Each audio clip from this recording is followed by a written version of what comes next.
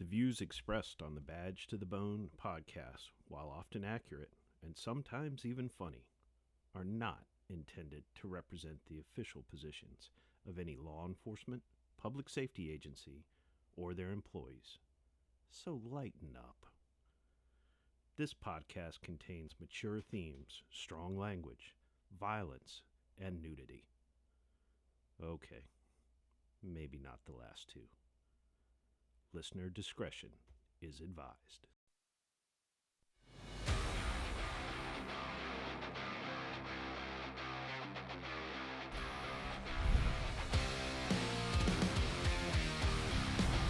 Welcome to Badge to the Bone podcast. I'm Denny. I'm Al.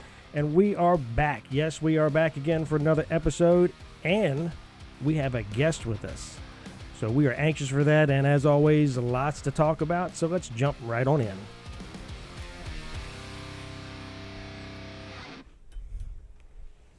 Al. Denny, we're back. Yes. They thought they beat us, but we're still here. No, we're still cranking them out. Surprising. Slowly. And people are listening. That's probably the more surprising part is people are actually listening. We want more people to listen, so please tell your friends. Tell your friends, follow us. But remember the Facebook page.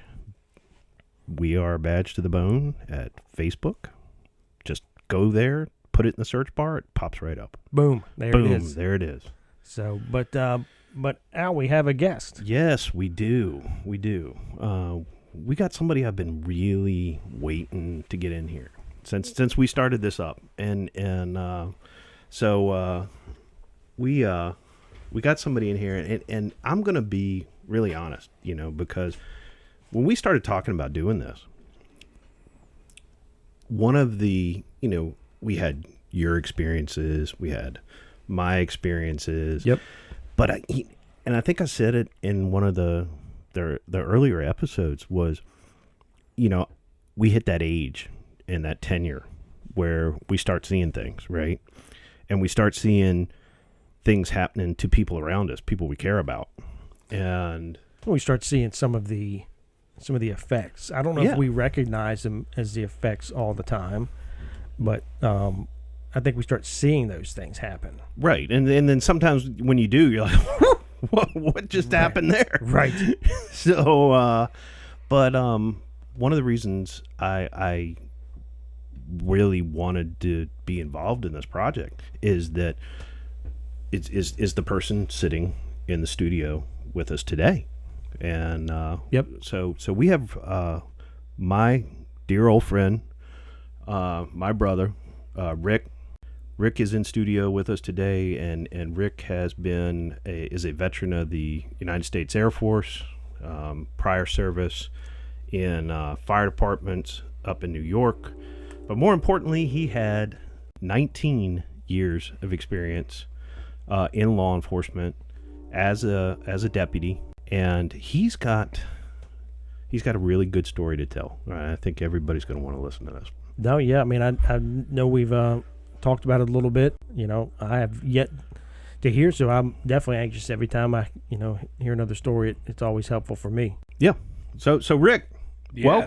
Welcome to the show. Thank you. Honored to be here. Nice to be here at Badge to the Bone headquarters. I'm blown away. Yes, we serve good whiskey here. We do. Yes. and I'm not sure if this is going to go down as a good story. I'm kind of like that.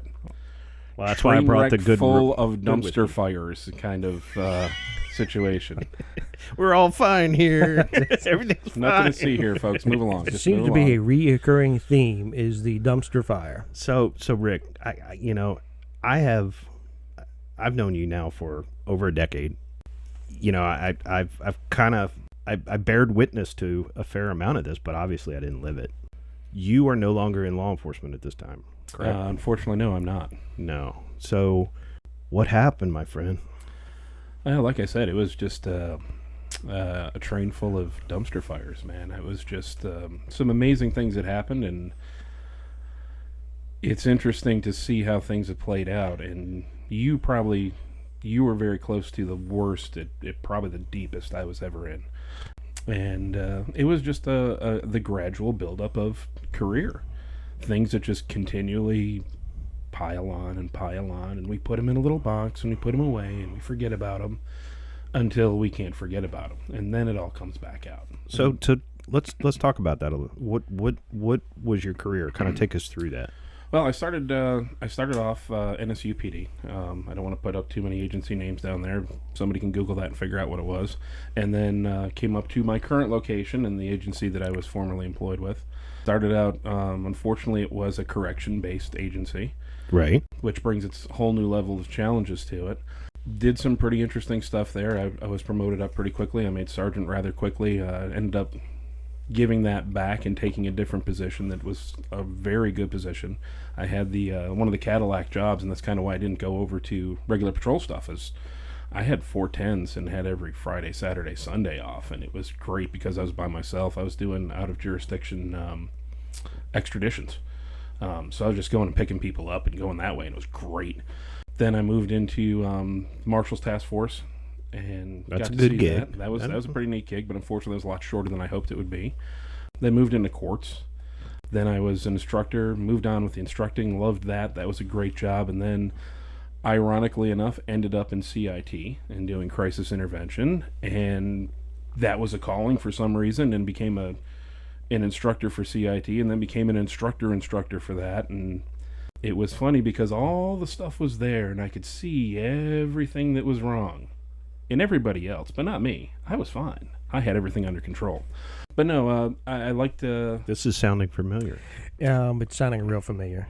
Yeah. Please continue. Yeah, so, I mean, I can't go back and say, hey, this was the first time that something was, blah, blah, blah, blah, blah, and did whatever. But I was kind of the adrenaline junkie. Like I said... No! And see, everybody out there's listening, and they're like, I don't know this guy. This is just a guy on my podcast, but he sounds so normal. No, I can vouch for that bit. Yeah. No, so again, being a correctional based agency, our big LE stuff was doing all the off duty stuff, and that was our big thing. So in the city we worked in, there was a bar district that was just pretty much out of control the whole time, and I worked down there for a number of years and really got involved with that and made lots of friends with the patrol guys and made the relationships there. Then with the CIT stuff, same thing, made the relationships with the primary LE agency of the jurisdiction, had some great relationships with that, and then I worked probably one of the worser places, the definitely not so better. That was an apartment complex on the south side of the city that we will remain nameless, and I don't think it's called that anymore, but we know that place. We know that place, and it was a hotbed, and everybody that knows it's a hotbed. If you can work there, you can work just about anywhere, and you're going to see it all. And I did. I saw everything from ODs to shootings to murders to, run like the the gamut. areas I worked. Yeah, run the gamut. It was all there. It was so bad that we never worked alone out there. We always had 2-man unit, if not 3-man or 4-man, depending on the time and the date and when it was. But primarily, we're there at night when everything bad happened. So we were in the middle of it there, and there was nothing to have 4 or 5 shots fired calls in a 4-hour off-duty shift. And like anybody else, you get used to that high speed. You like that, lack of a better word, that high. You're out there. You're in it. You're moving. You're going. You're 90 miles an hour the whole time, and you forget about everything else, but just trying to go ahead and grab that next arrest, make that next, whatever you're going to get. And you know what? That's something that when I think about things that would describe you, particularly you on the other side of where you are now, it is that 90 miles an hour, balls to the wall all the time. That high, that really resonates with me. But you were like that. You were like that all the time. I mean, like see you out off duty and hanging out and all that stuff, and you were kind of like that all the time. And it was a weird thing because I had the public persona of dealing with that, and then you had the me by myself persona, which were two totally Jekyll and Hyde type things. Mm-hmm. A lot of people are like, dude, he's wide open, he's all out there, he's doing this, that, and the other thing. But when I'm by myself, man, it was... Yeah, that I definitely saw that. Yeah, I was just like, dude, leave me alone. I don't want to deal with anybody. I don't want to see anybody. I don't want to do anything. Leave me alone. Mm-hmm. But yeah, that's what it was. Is getting into that stuff and staying into it, needing that always trying to be better, always trying to get more, always trying to bring that up like any other, I hate to say it like that, but it's like you're a junkie chasing a high. Yeah. You find that and you just want more and more and more and more of it. And then everything starts to catch up. So at some point you went back inside. Issues. I worked in JDR. And JDR, I mean, you think it's just kiddie court and whatnot, but the stuff that really gets you is all your child abuse cases come in there. All your child peds come in there. All your abuses, all the sexual abuses, all the stuff. And having to stand next to someone who's literally, and having to be there for the presentation of evidence and watching the guy that you're standing next to that you have to, quote, protect from everybody else in the courtroom who wants to kill him, knowing that, like, I could save the Commonwealth a lot of money right now and just take care of this problem. What transpired, and that's that vicarious trauma that you're experiencing. That's tough. And then having to stand there. Right. The whole time. And maintain that composure. Yeah. Maintain that composure where you just want to be like, you piece of shit. Mm-hmm. Fucking really? That's what I'd want to do. Like, fucking really, man? Yeah, it's difficult to get around that and have to be able to, like, talk to that person as a person. The guy's complaining about his sandwich for lunch, and I'm like, if it was up to me, you're lucky you're getting a damn sandwich. I'm about ready to feed you some 357. Well, anyway, we won't go into that, but that's what you're thinking is like, I'll go ahead and bite on this steel sausage right here and just wait for the flash. So, that's what we're looking at, and. But yeah, there's other stuff too. I mean, you have to work in a correctional environment. That's really interesting. Yeah, let's talk about that because that is. I mean, we're both familiar with that particular facility. I'm not. No, my first Shawshank. They had like coloring day at Shawshank. They'd be stabbing them with the crayons over there or something. Now, for just for reference, the first night I get there. There was nothing. You just show up to your shift and report in. I was a midnight shift, and I walk into this and never had experienced anything like that before. And I literally asked the guy, I'm like, so your advice is to just knock somebody out? He's like, yeah, and you better do it pretty quick or they're going to ride you. And that's what you learn quick, man. You didn't show, as crazy as it sounds, there's no showing weakness in there. Because as soon as you show any type of crack, any type of minuscule little itty bit of hesitation or fear, you're done. You are completely done because back then I was assigned to a building that had 3 floors on it and had 100 guys on each floor, and it was me versus 300 people.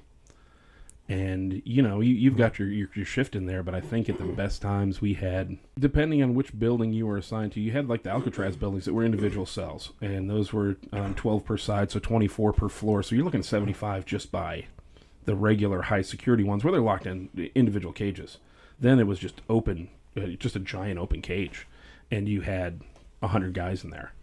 And you can't see that. There's a catwalk that you walk around the outside to keep an eye on there, but there was nothing. We were pulling guys out of there that were getting shanked all the time, getting stabbed, getting raped in there. That's a fun one to go ahead and have that for your shift as you come in and they're like, hey, we're sending you to the hospital, sit on this guy, and you get there and the guy's acting kind of funny, and then you realize that they took it to him in a way that a man shouldn't be taken to.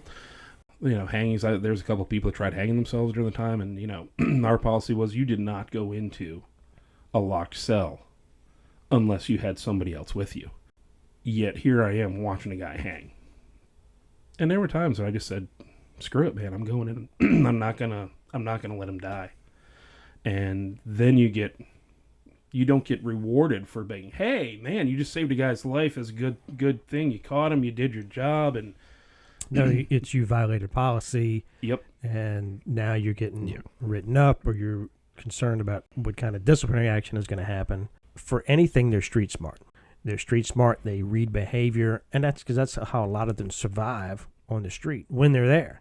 Is they look for that weakness, but when they find that weakness in you, man, they're going to exploit that. And that's tough. It's a difficult job to be locked in there. Yeah, and I mean it's the same on the street or inside. It is. You just you have to maintain that. But inside, there's nowhere for them to go, and there's nothing for them to do other than try to fuck around. But you said you had times where it was you and you were watching how many inmates at a time? Oh, there were times when we were short-staffed, somebody calling sick or somebody's on vacation. You're doing feeding. You got to feed Right. them. And at that time, we took out 100 guys at a time. They walked down the hallway. You had 3 tiers that were in the mess hall, so you had 300 there, 100 coming down the hall, 100 going back in the hall. And there would be the podium officer, the seating officer, the guy standing at the med window, and the guy standing watching trays coming out of the kitchen. And we were told, they're like, if it kicks off and things start going that way, we're going to lock the doors to the mess hall, and you just kind of fight it out, and we'll get somebody up in the crow's nest as soon as possible and start popping gas and try to fight your way over to the kitchen door. Wow. And hopefully we can get to you before it is. So, yeah, I mean, it was just, and it was nothing to go ahead and have, a funny story with it, too. It's you get to learn how to tell people what to do real quick, and you come down hard on them. You're like, dude, have a seat, have a seat, have a seat, have a seat, have a seat, have a seat. You do it day after day after day after day. And these guys are walking down the thing to the rows, and all of a sudden this guy's like, I'm like, hey man, you need to have a seat. And he's like, no, dude, so I'm like, listen, you need to sit down. And he's like, no, but you're not sitting. I'm like, dude, I don't care. You want to go to the hospital or do you want to sit down? And I'm ready to just unload on this guy, and I'm already clenched up. I'm already ready to go. Weight's rocking back, and I'm ready to knock this guy out. And then I realize he's at that break in between that they put in there, and the seats are bolted up. And I wasn't paying attention to what I was doing. I told them, like, they would walk to me, and I would put them down on the row, and they'd sit on that row. And I realized I brought them up to the seats that were bolted out, and I was like, I almost, like, put this guy in the hospital. And that was our thing. If you're going to get in a fight there, you make sure you send that guy to the hospital, pour the autre. It was to encourage the others. You go ahead and knock that guy out, and you hit him as hard as you can, and make sure everyone else sees it. Right. Yeah. And the crazy thing is, you talk about it's same on the street, and I'm not diminishing anything. I'm not putting anything differently. But the cool thing, having worked off duty, I could get in the car, I could drive around. Mm-hmm. I'm between calls. I've got some time to decompress, grab something to drink, do whatever. I got nowhere to go for 8 hours. They're there watching me. That's true. You're trapped. Absolutely accurate. And they're trapped and you're trapped. We used to joke with them all the time, like, yeah, man, you're not in jail. And I'm like, well, let's see. I'm here for 8-hour shift, so that's basically 1/3 of the year because I'm here the whole time. So, like, if you got a year sentence and I've got a year sentence, I'm doing 3 months, 4 months just by being here and showing up. So you're locked in, man. There's no. Well, I actually started out working in a jail environment early in my career before I went on. And a lot of people don't know that it was a short stint, but you're locked in there, and that was kind of the benefit of being, a patrolman around. You can take that break. You can pull into a parking lot somewhere. You can go into 7-Eleven and get a drink and stand there at the fountain and have some sort of decompression. But in that environment, it's not you're trapped. The first job I got offered was for your old agency, Rick. And that was, Glad you didn't take 27, 28 years ago.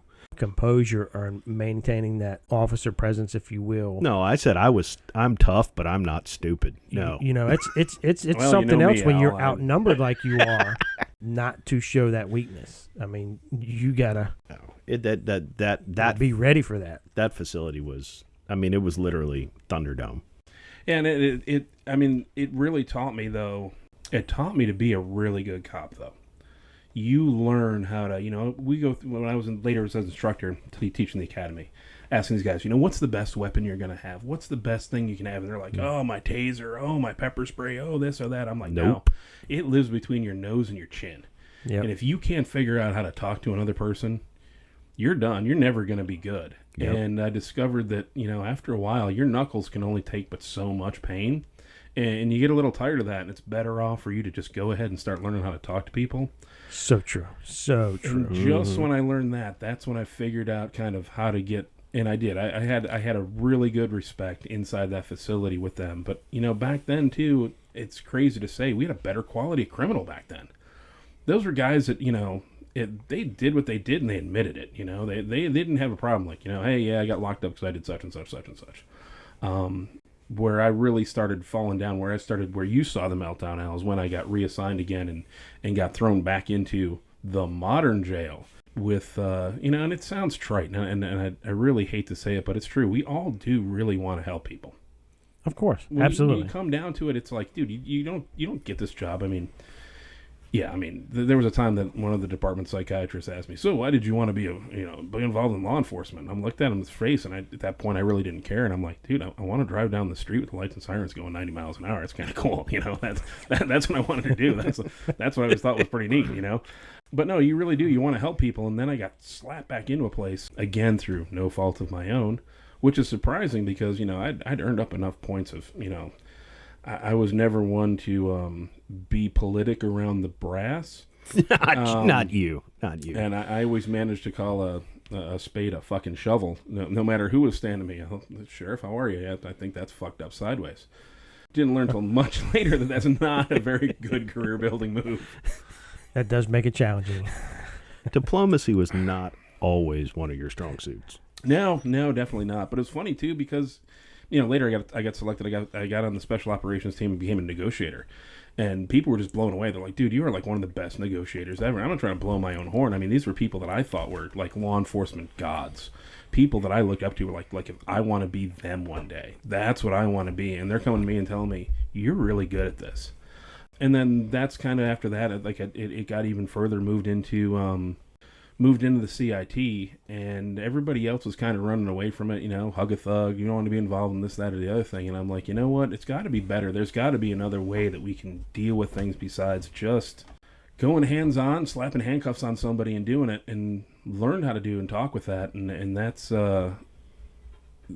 that really changed the career field at that point, because now I'm like, wow, I finally found something I'm really good at. I'm good at getting in their heads. And unfortunately, I think part of the reason I was good at getting in their heads because I had that experience from being in the jail before, had that experience from being out on the street, had that experience from dealing with my own issues. And it kind of became like a reverse osmosis type thing, is I could see people that were in crisis. There was no question that they were, and you were not supposed to say it, but they were nuttier than crunchy peanut butter. But I could identify because I could see the same things. I could see that crisis. I could tell what they're going through. Not so much the actual thing, but I'm like, I know how that feels. I know where you're at on that. So was the newer facility a better working environment or a worse working environment, or it was different? It was different. It was different. It was a better place for certain things. Other things not so much. But what got me is that the criminals changed. I mean, they could have been, accused of gang raping the president's wife on the White House lawn at a press event, on video by every network in the world, and they'll still look you straight in the face and like, wasn't me. Nope, not me. Wasn't me. Mm-hmm. And there was a lot of times that after being out and not having to deal with that, I got thrown back in there involuntarily. There's an injury I had, on the job injury, that I was affecting an arrest. A polite way to say that. And ended up tearing my TFCC, and I was out for like 9 months. I'm going to screw somebody else because it's going to make me better. And they teach that at certain leadership courses. I'm That's convinced. such a common theme. It's disappointing. And if you become threatening, if you become good at something, the expert's always somebody from out of town. You can't have the smart guy in your department. So we got to bring somebody in. We got to hire this guy to come in and talk to us. No, there's an expert in your agency. It's called your agency head. They're the only experts. Well, some Right? of them, well, there's definitely that, like, not invented in my office, so it can't possibly be a good Yeah. idea. Oh, yeah. But what I found was I had some great leaders. I'm not going to say that all of them were bad. I had a couple of them that were very, very good leaders, and looked up to them a lot and learned a lot from them, and actually improved my career by following them.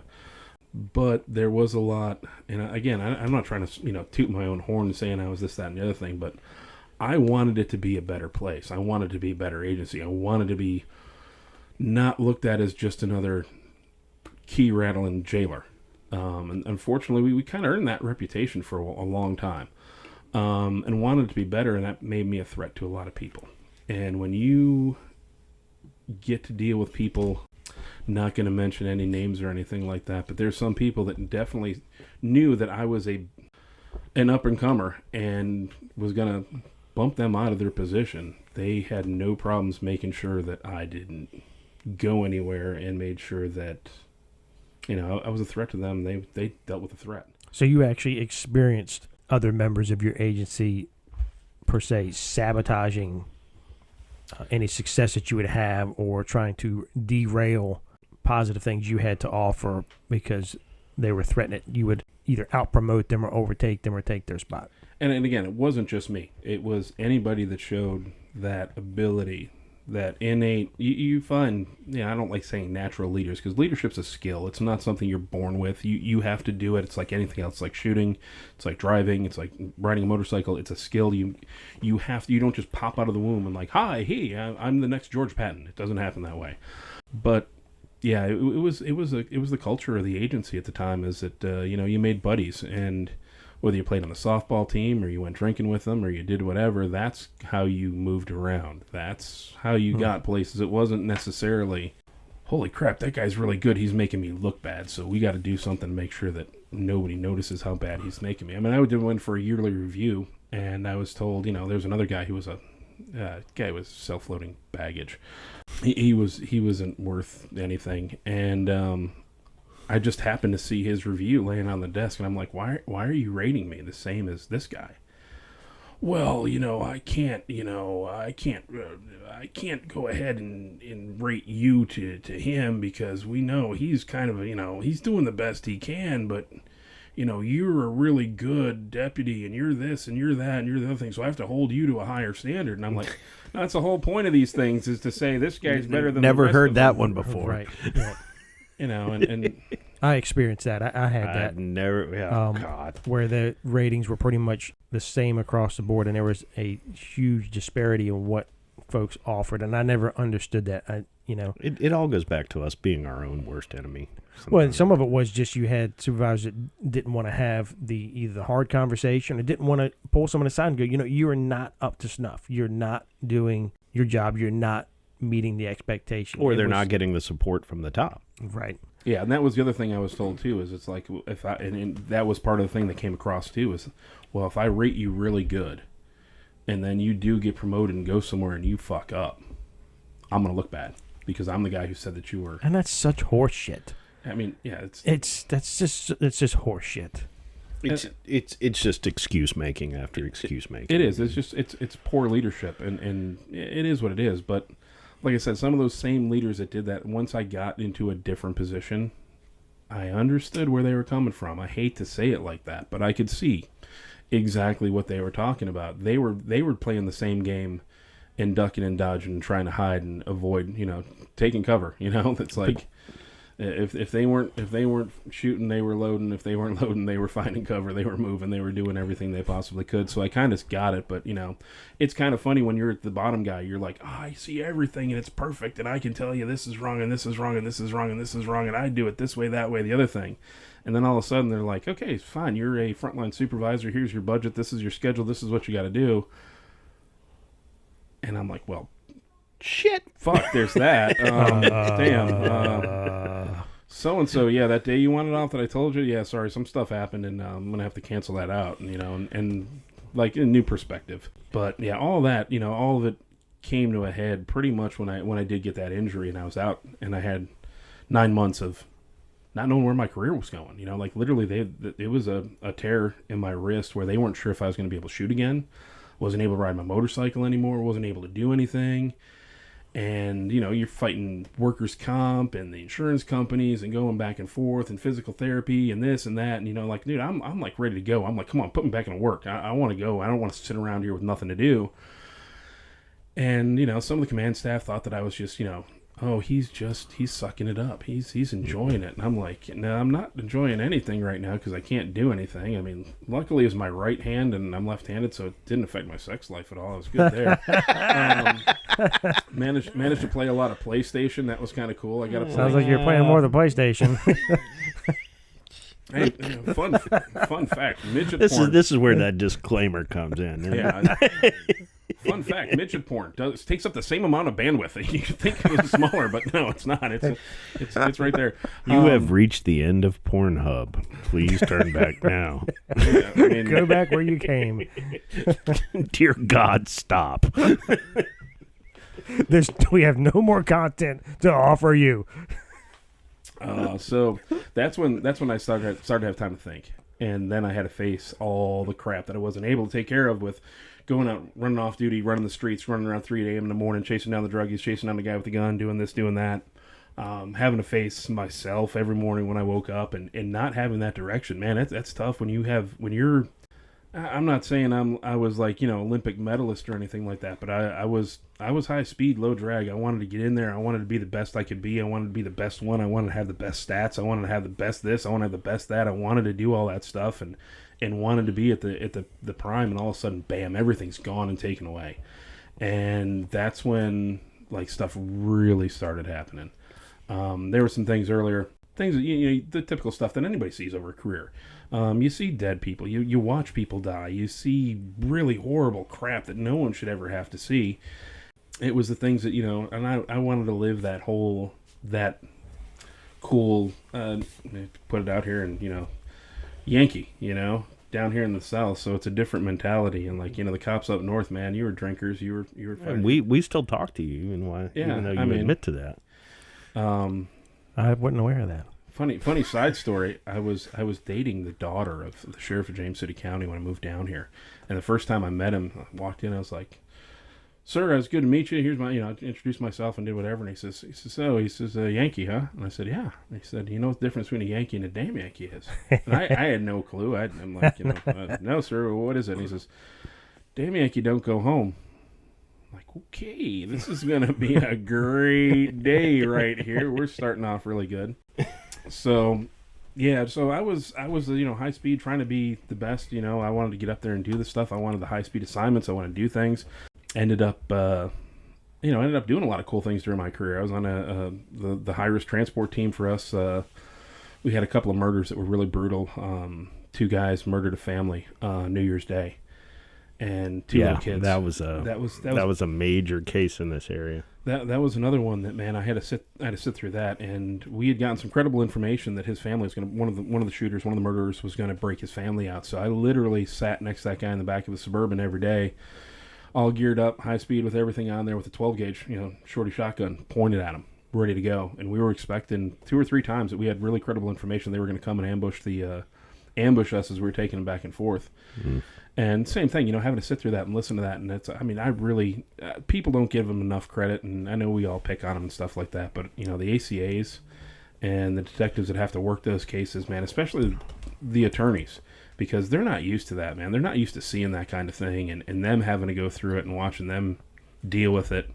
That's true. And that you do forget that is not something they see every day. No. That's the big case they get handed. No, and this was a big case. This was a big, horrible. It was probably one of the most brutal crimes that I saw in my career. No doubt whatsoever. And the thing was, they were just full on evil. Oh yeah, it was just beyond. There was no human excuse for any of that stuff, and I'm glad that both of those miscreants have gone away and are no longer part of the gene pool. I'll drink to that. Actually, we're getting a little bit low on this wonderful lubrication here. That's why we have the podcast here. There's plenty for us. Okay, so sometime later you come back in from courts back into the new facility, though. Yes. Right? Yeah. That I finally got medically cleared again, come back to work, got a full clean bill of health. But they're like, guess what? You're not going to courts. Yeah, you're not going back to where you wanted to go again because we're going to put you here because of reasons. And I did. I tried being positive about it because I know that was a time that I started realizing that it's time to start being politic and playing the game and not being the rogue cowboy. That doesn't work out for me well.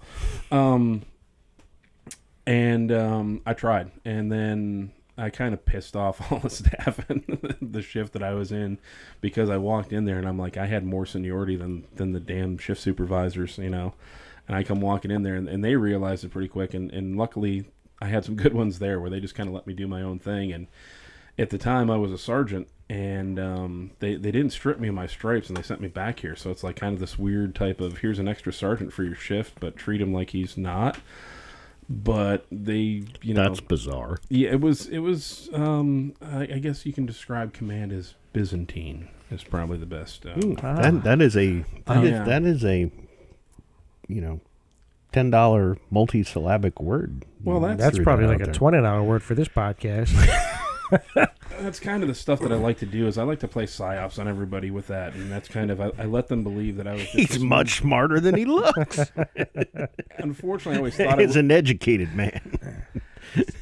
It took me a long time to realize that you might be the smartest guy in the room, but you don't have to prove it. And that's when I kind of started figuring that out. Is that a lot of my issues were like I was letting people know that they were like, dude, are you even eligible to remain in the gene pool? You know, and that doesn't go over well. But I got back in there, managed to piss them off. We had a like come to Jesus moment. We all sat down and talked, and they ended up putting me on the front desk as a desk sergeant for the midnight shift, which, you know, it was like they thought it was like a punishment. I'm like, dude, I get to see all my friends from the street, all the guys that are out there. You know, we're having a great old time doing whatever.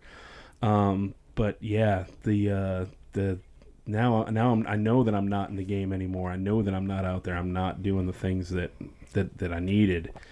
And I came back after having to look at everything and start unpacking them boxes, and I couldn't escape anymore with the you know, chasing bad guys and doing the stuff that I needed to do. So you know, I come from an Irish family. We have a long history of Irishness, and we like to perpetuate that stereotype and being a northern cop, you know, you get used to that kind of Irish, you know, womanizing.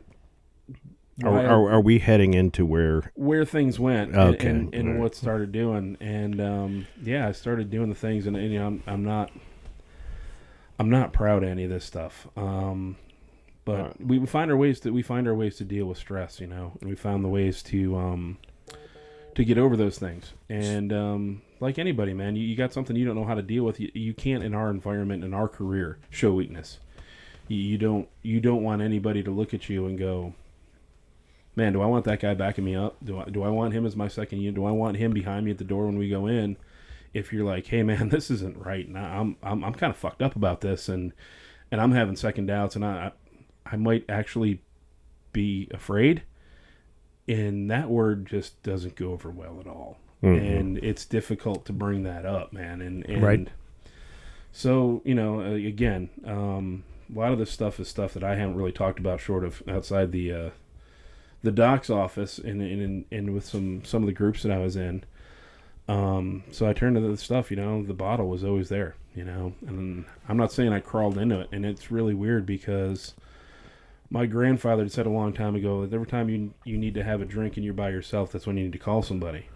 So I didn't go ahead and call anybody. I went out and I found people, and I found the people that wanted to drink and party and do whatever and get crazy. And I went crazy and I drank, and going out there, obviously as you all know, people who may imbibe an intoxicating spirits, their judgment takes a interesting turn. That it does. Plus, you know, one of the things that we all do and nobody wants to admit, and I certainly don't like admitting it, but it was, you know, I started chasing the girls, you know, in a relationship at home, and she didn't understand what was going on, and certainly didn't make it easy for her. I'll tell you that. No, you didn't. I in her defense, but I will say this, and I'll just interject, but when we're talking about your ex-wife, a wonderful person. She was, and she really was, and I mean, we had our issues. Don't get me wrong, and there was a lot of stuff that was her fault, but I did not make it easy for her, and I was a rotten son of a bitch. I was a rotten son of a bitch. I'll admit it. I'll flat out. I was out chasing other girls. But I don't think she understood, you know, like what was going on, what the job was like, what it. No. I don't think she understood that, and you know I don't care who you are. The person you're with needs to understand, as best they can without participating, what goes on in this job. But that's the difficult part is That's really hard. Is understanding what you do on a day-to-day basis, what the stress is, the toll it takes on you. Yeah. It's very, very hard for a whether it be a spouse, a significant other, even family, to understand. And if they don't get it and they don't try to get it, it's not going to work.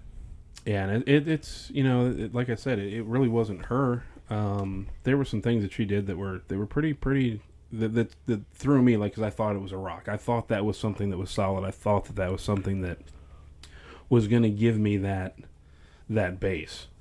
And it started off small too, man. It wasn't like it just popped up all of a sudden and things happened. It was like, we all have that control thing.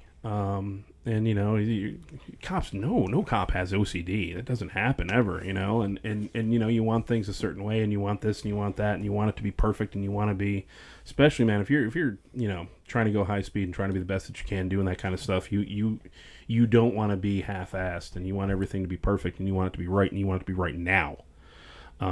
So that was getting in there, and she couldn't understand why I was exploding. And she couldn't understand as soon as I walked through that door. She's like, "Okay, we're going to someone. We're doing this." And I'm like, I'm not doing that. I'm like, "What are you even talking about? I just walked in the door. Leave me the fuck alone for at least 15 minutes." Excuse me. It's got to be this stuff in this glass here that's causing that problem.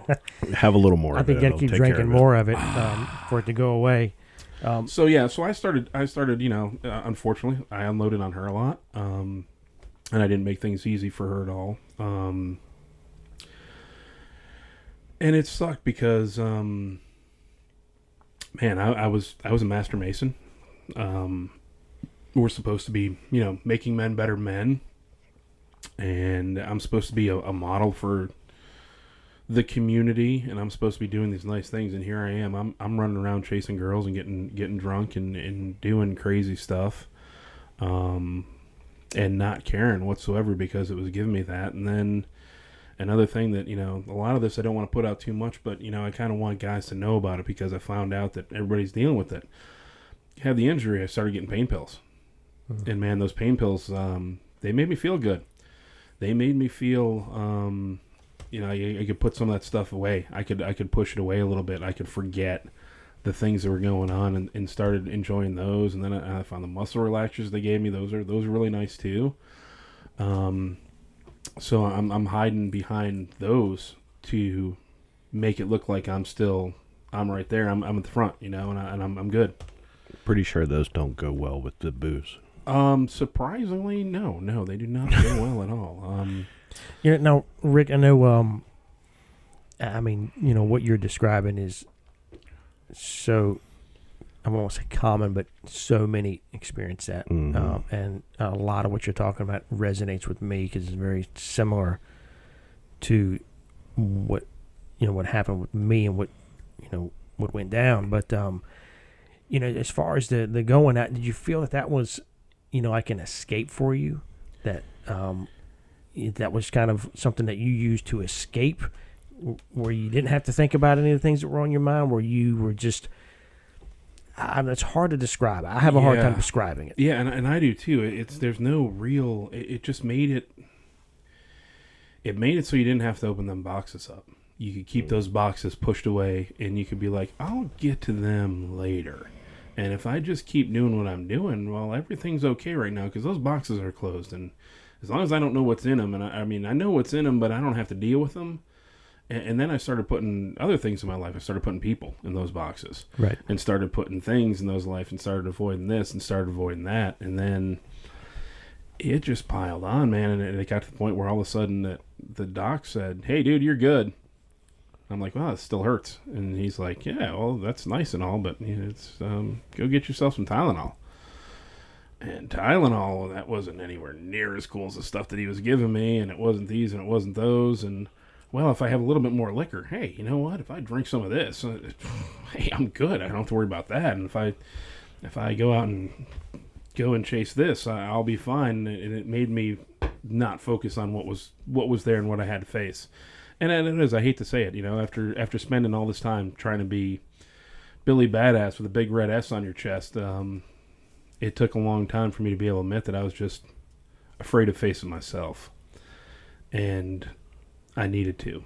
And unfortunately, now I know all this because I'm a CIT guy. I know this stuff. I can recognize it. I know what the issues are. And I dive deeper into that, and I start pushing harder on that, and I start getting into that even more. And I'm like, if I do right here, it's kind of like it balances it out, right? I'm really cool here, and if I take care of that, then this is nobody will pay attention to that. And no, it doesn't. It just made it worse and made it worse and made it worse. And then I find out one day I'm so pissed off at work, and I'm so angry at everything. I blow up, and it was over something like absolutely ridiculous.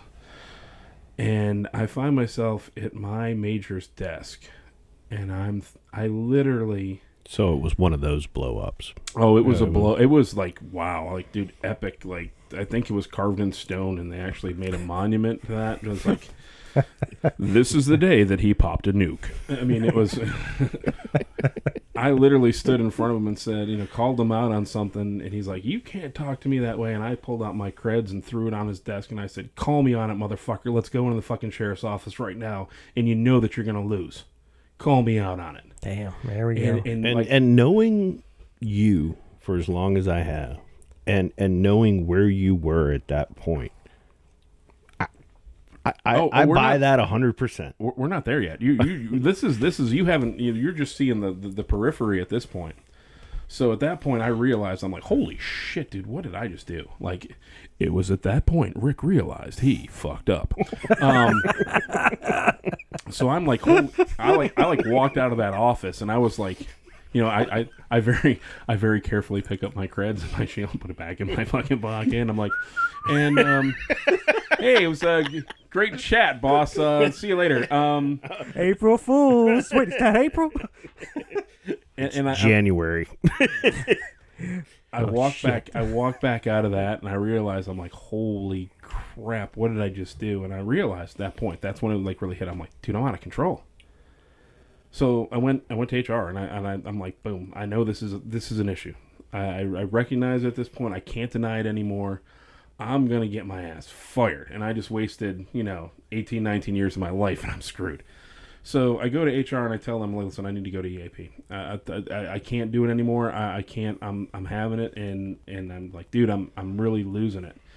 And they put me on the command referral. And at that point, it was a new administration. It was different people, and yeah,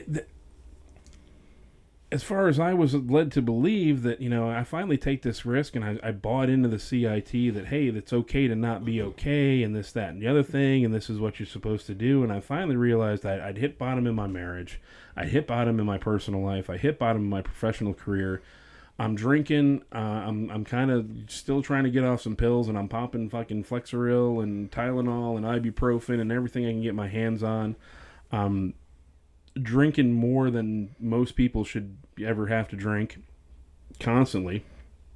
And yeah, I'm like full on crisis. This is dumpster fire writ large, and I'm here. So I'm going to take care of it. I'm going to be an adult, and I'm going to do this. And well, unfortunately, I'd burned so much shit by that point in time. Everybody walked in here and was like, who's this guy kidding? So I buy into it. I'm like, hey, listen, it's EAP. It's supposed to be confidential and this, that, and the other thing. Well, supervisors aren't stupid as much as I like to make them out to be. That the bosses actually do see things. Well, they actually have some experience, and they know what's going on.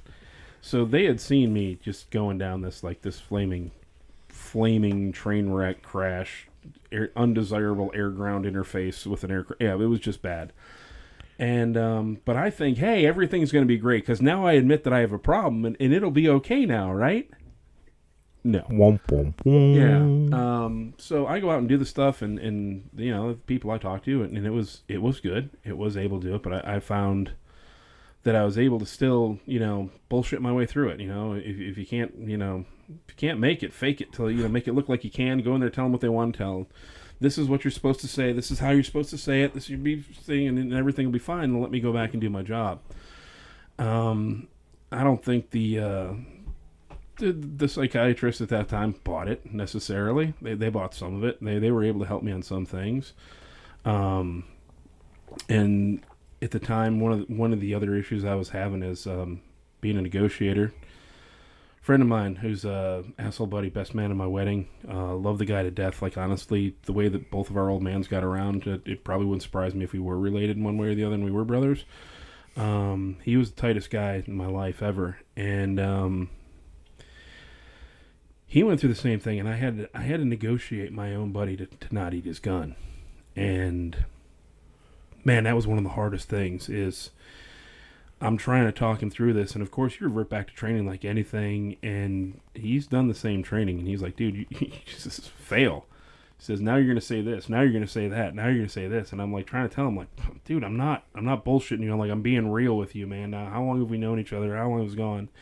And I'm like, dude, where are you? And I'm getting in my car, and I'm driving at 100 miles an hour, literally 110 miles an hour down 64 to get to him. And they're like, don't care. I'm like, they get pulled over. That's going to be the pursuit to end all pursuits, and they can help me when we get there. And he's, flat out, you're not going to get here in time, and it's not going to be enough, and I've already got it out of the way. And I'm like freaking out because like all my shit's now coming out, and I'm trying to stay, and all this is going on, and had to deal with that. And eventually managed to get to him.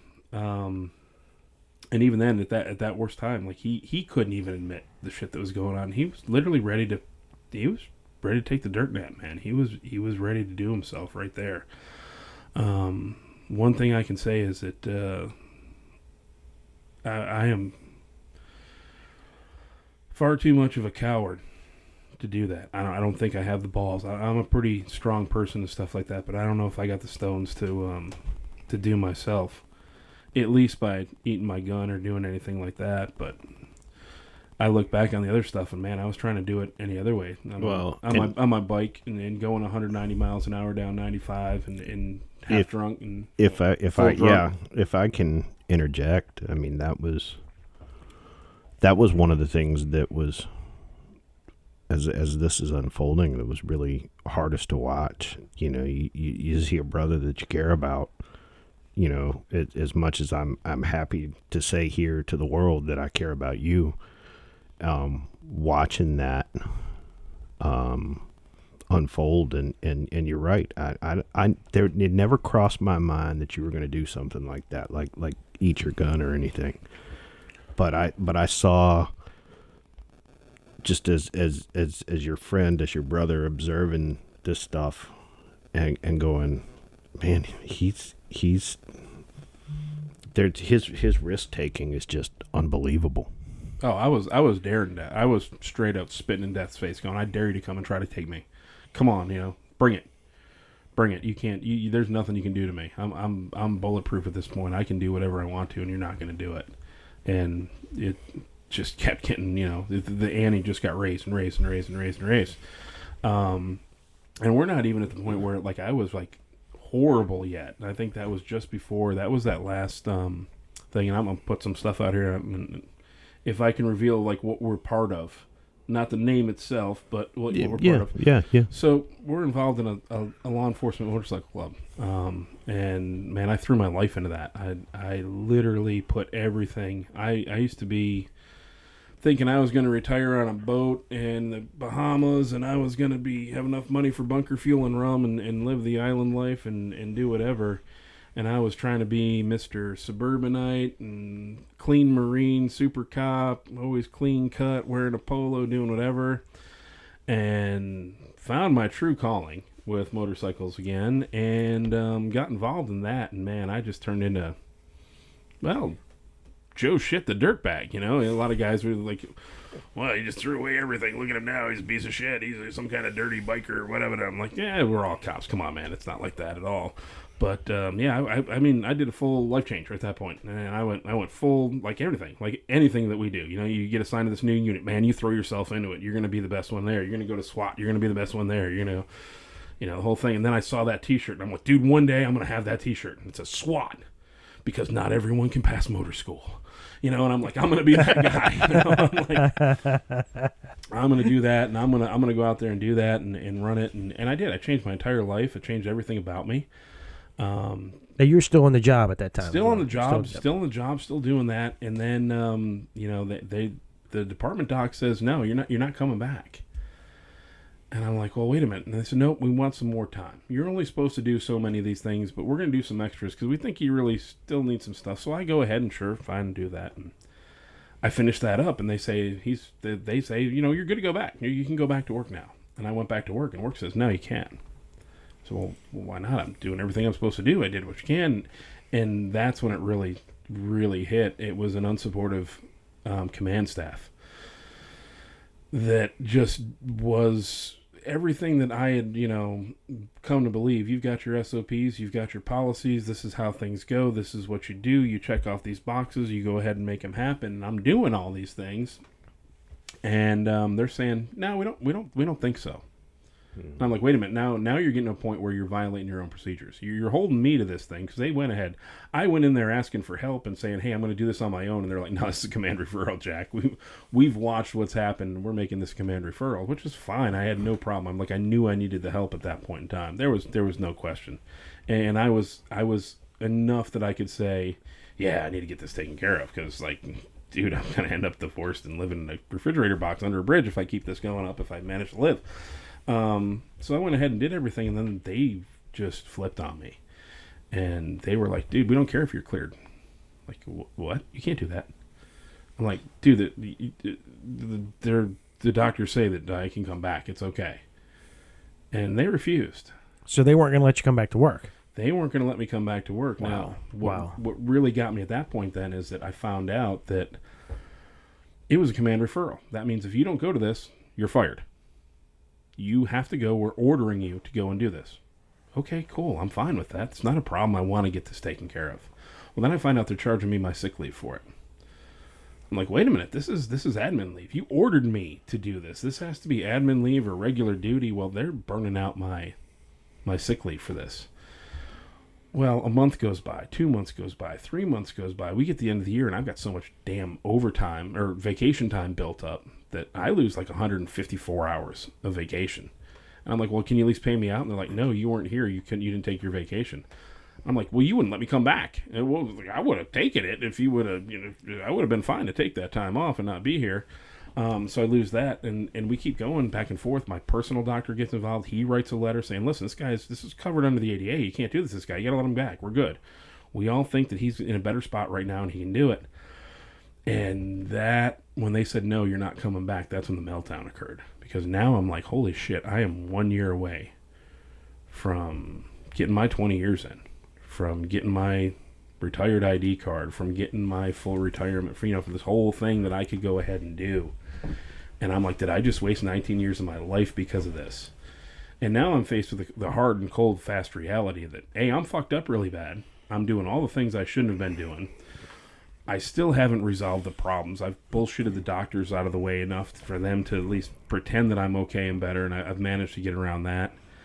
When I know that I'm still not screwed up, my personal life is fucked beyond all belief. I've screwed up any hope of ever reconciling and making things better with my wife at that time.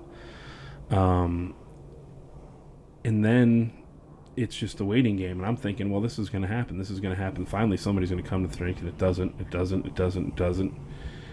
So I file an EEOC charge. And miraculously, after I file that EEOC charge, not 5-6 days later, Deputy Shannon, come on back in. We've got a light duty position for you. Oh, the one that I've been asking for the past 6 months? And that's how I started that off. That didn't do too well, and of course came in aggressive and hostile and hating everybody, and that failed on it. And then there were some things that happened during that point in time when I went back to work in the light duty position, and I was like, this is not the light duty position I asked for. I should have been transferred here, and I could have done that, and this is where I want to be, and this whole thing. And during this, well, before this had happened, I'd taken a really long vacation.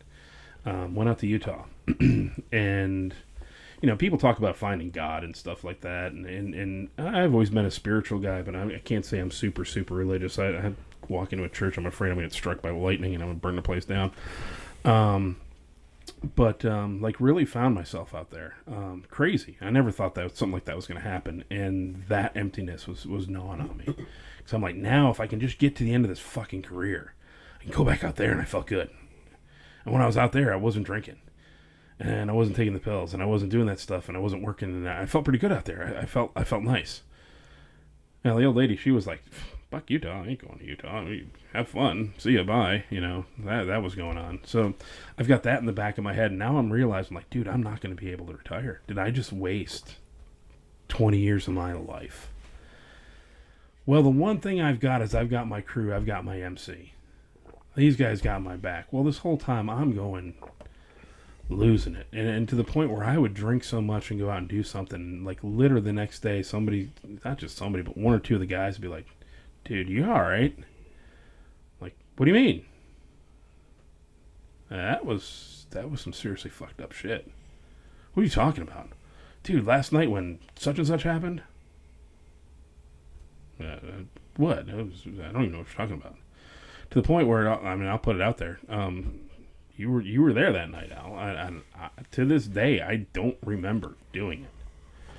But we were mouthing off, having a good time, drunker than shit outside the bar, and I pulled my weapon out of my holster and waved it around. I don't remember doing it, and I'm not saying I didn't do it. I'm saying that I was so fucking out and so fucking gone that I don't even remember it.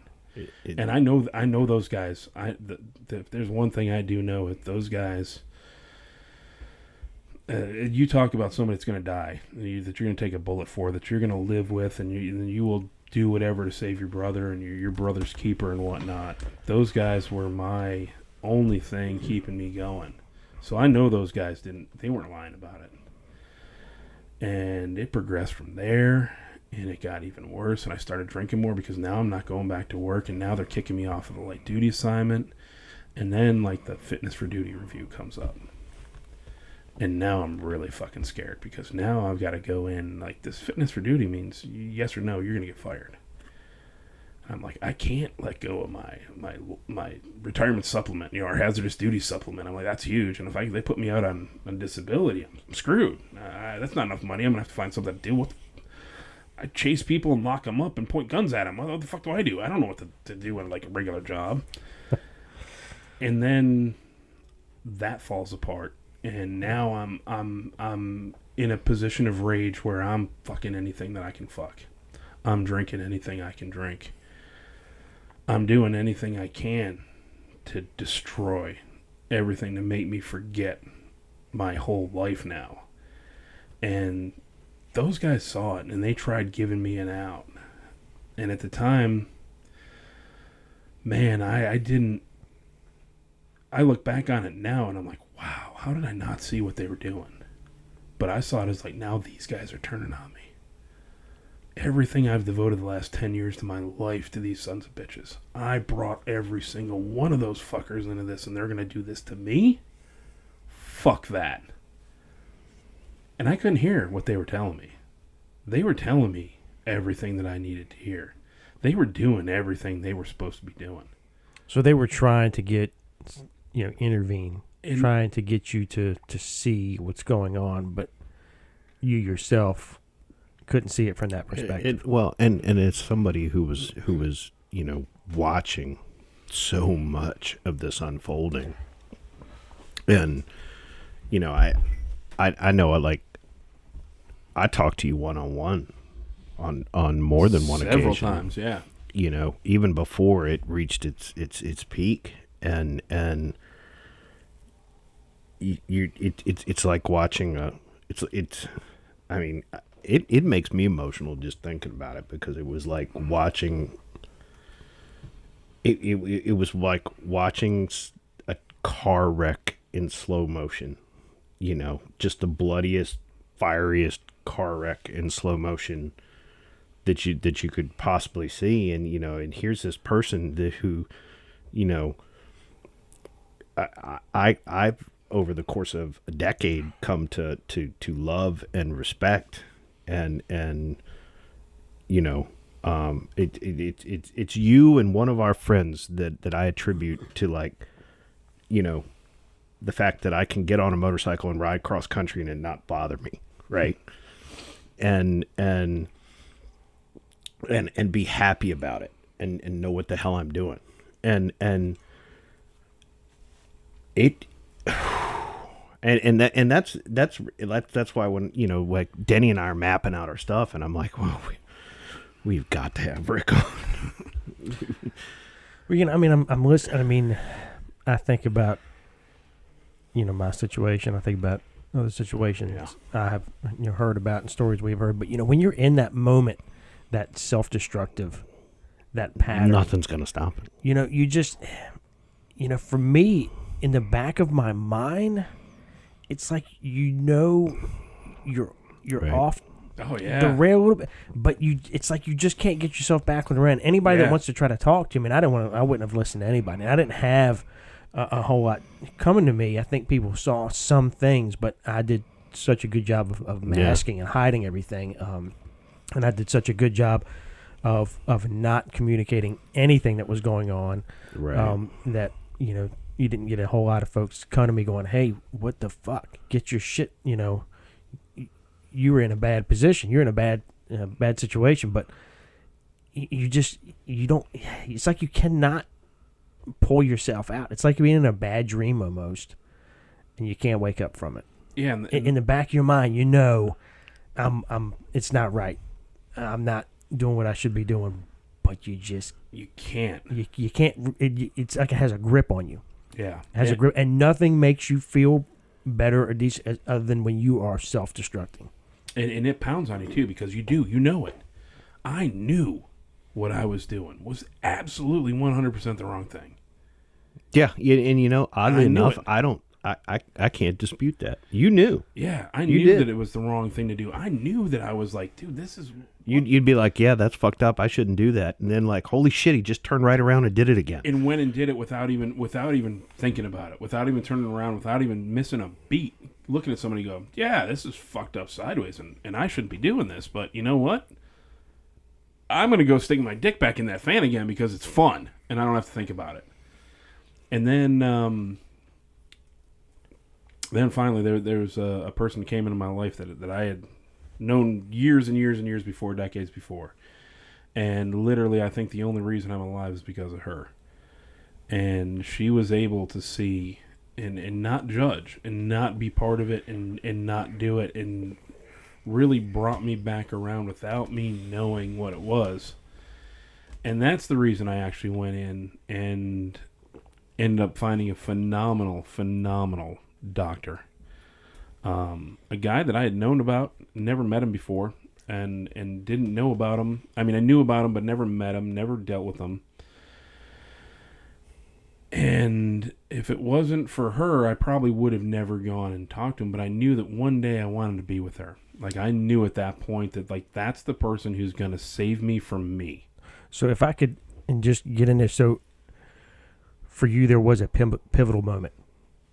There was a pivotal moment that came in where either a light went off or a switch went off or something went off, and that is where some sort of change or a turn starts to happen. Is that correct? Is that accurate? What I had nuked every bridge that I had. I had destroyed every relationship that I had. I had destroyed my own self, image and everything. I had alienated every friend of mine. My family, I pretty much, they had to take me. They didn't have a choice, but I knew that I was not treating them right.